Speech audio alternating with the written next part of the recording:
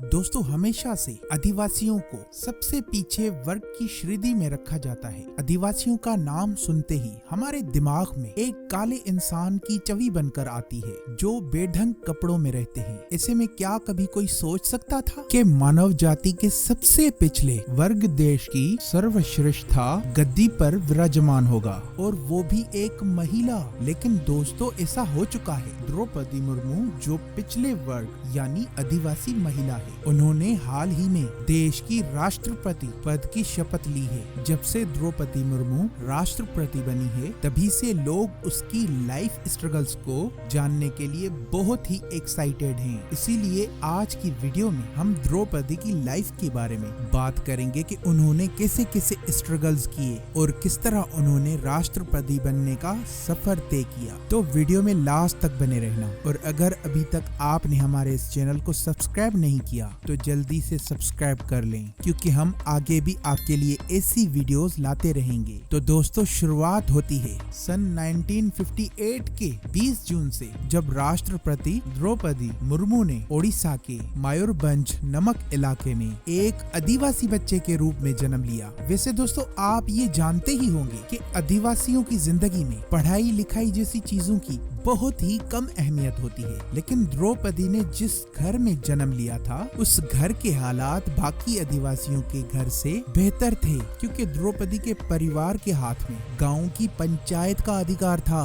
यही वजह है कि द्रौपदी को जिंदगी में आगे बढ़ने का मौका मिला। बात करें अगर द्रौपदी के शिक्षा की, तो उन्होंने भुवनेश्वर के रामादेवी वुमेन्स यूनिवर्सिटी से अपनी बीए की पढ़ाई कंप्लीट की। जहां उनका बीए कंप्लीट हुआ, वहां आम परिवार की तरह द्रौपदी के माता पिता ने उनकी शादी कर दी। लेकिन द्रौपदी ने बहुत ही कम समय में अपने पति और बेटों को खो दिया, जिसके बाद उनके ऊपर उनकी बेटियों की जिम्मेदारी आ गई, जिनकी बेहतर जिंदगी के लिए द्रौपदी मुर्मू निकल पड़ी नौकरी की खोज में। नौकरी की खोज द्रौपदी मुर्मू को बिजली और सिंचाई विभाग के दरवाजे ले गई, जहां उन्होंने 1979 से 1983 तक असिस्टेंट के रूप में काम किया, लेकिन ज्यादा दिन यहाँ टिक नहीं पाई। फिर उन्होंने education sector as a teacher अपने आप को आजमाया, लेकिन यहाँ भी वो नहीं टिक पाई, क्योंकि शायद द्रौपदी का भाग्य उन्हें इतिहास लिखने की तरफ ले जा रहा था। तो बस उन्होंने पॉलिटिक्स में कदम रखा और राजनपुर से परिषदी जीत ली।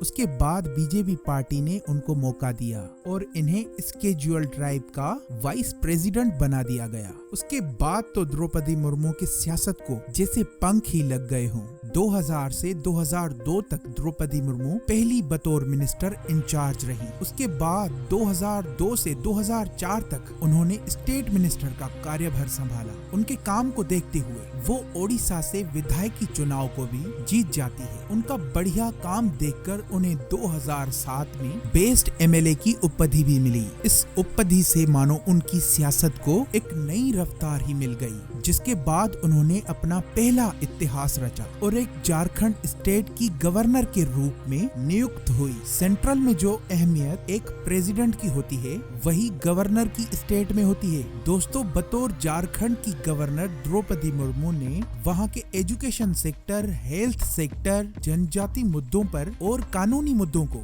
लेकर हमेशा रेस्पॉन्सिबल रही है। इसी के साथ उन्होंने उन सभी सेक्टर्स में बहुत सारे सुधार भी किए। उनके उन्हीं सभी कामों को देखकर आज उन्हें राष्ट्रपति की कुर्सी के लिए नियुक्त किया गया। द्रौपदी मुर्मू के राष्ट्रपति कुर्सी की दावेदार बनने के ओएच की कहानी भी बहुत दिलचस्प है। उनके छोटे भाई का कहना है कि उनके घर में मोबाइल नेटवर्क नहीं रहता, इसीलिए पड़ोसी के घर में पीएमओ की तरफ से फोन आया और उनसे द्रौपदी से बात करवाने के लिए कहा गया। जब द्रौपदी मुर्मू की बात हुई, तब उन्हें पता चला कि उन्हें देश के राष्ट्रपति पद के लिए दावेदार बनाया जा रहा है। दोस्तों, उम्मीद लगाई जा रही है कि द्रौपदी के राष्ट्रपति बनने के बाद वो देश के हित के अलावा अपने सामुंदे यानी आदिवासी सामुंदे को आगे ले आने की कोशिश करेगी। लेकिन सवाल आता है, क्या सरकार उनका साथ देगी? क्योंकि बिना सरकार के साथ के द्रौपदी भी कुछ नहीं कर पाएंगी। तो बता दे कि अब सरकार भी खुद मिडिल क्लास फैमिली से नीचे वाले लोगों की डेवलपमेंट के लिए काम करेगी, यानी सरकार का द्रौपदी को पूरा सपोर्ट रहेगा।